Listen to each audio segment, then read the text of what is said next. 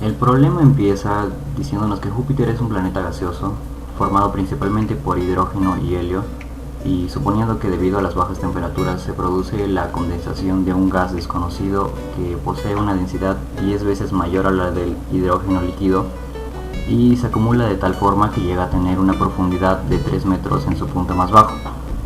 Utilizando los datos proporcionados por el simulador FET bajo presión, calcular la presión atmosférica de Júpiter y nos proporciona la densidad del hidrógeno líquido. Entonces, vamos a ver los datos que tenemos y también vamos a recopilar los datos que podemos extraer del simulador FET. Tomando en cuenta los datos que nos dan al inicio, colocamos como profundidad o altura h los 3 metros que nos dan sobre el fluido, y además tenemos que calcular la densidad del fluido para posteriormente reemplazarla en lo que sería el simulador FET.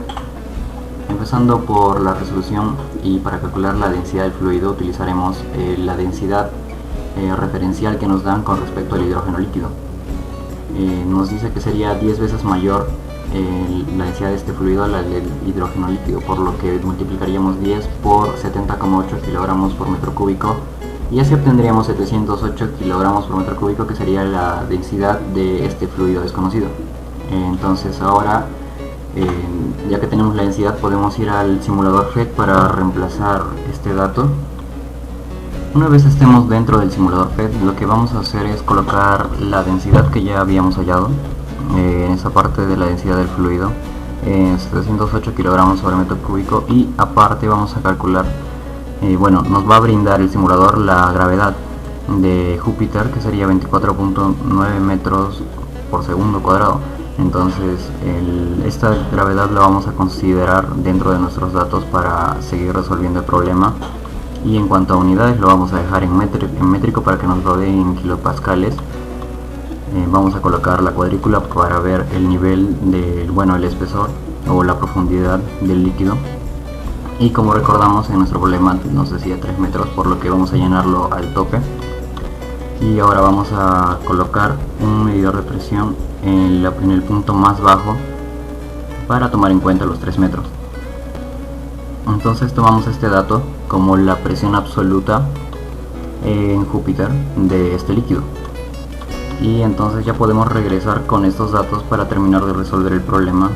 En adición a los datos, tendríamos que la gravedad de Júpiter es 24.9 metros por segundo cuadrado y que la presión absoluta del fluido a 3 metros de profundidad sería 310.343 kilopascales. Hay que tener en cuenta la unidad y la veremos en esta resolución. La que sigue, que sería la de la presión atmosférica de Júpiter. Como ya sabemos, la presión atmosférica sería igual a la presión absoluta menos la presión manométrica. Y para calcular la presión manométrica utilizaríamos la densidad por la gravedad y por la altura. Datos que ya tenemos, como vemos en la parte en nuestro apartado de datos, ya tendríamos la altura o profundidad, la densidad del fluido y la gravedad en Júpiter. Y el dato de la presión absoluta nos lo brinda el mismo simulador. Entonces ahora convertiríamos lo de kilopascales a pascales, porque recordemos que según el sistema internacional, las unidades que estamos utilizando para la presión manométrica nos darían el resultado en pascales.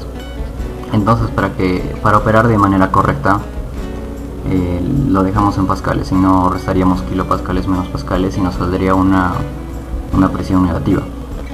Ahora, para finalizar, efectuamos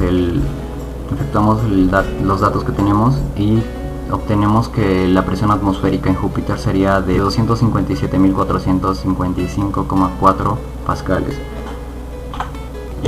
Ahora, a manera de comparación con la presión atmosférica de la Tierra, que como ya sabemos es 10-13-25 pascales, efectuamos una división para saber cuántas veces es más la presión atmosférica en Júpiter, por lo que al final obtenemos que la presión atmosférica en Júpiter es 2.54 veces la presión atmosférica de la Tierra.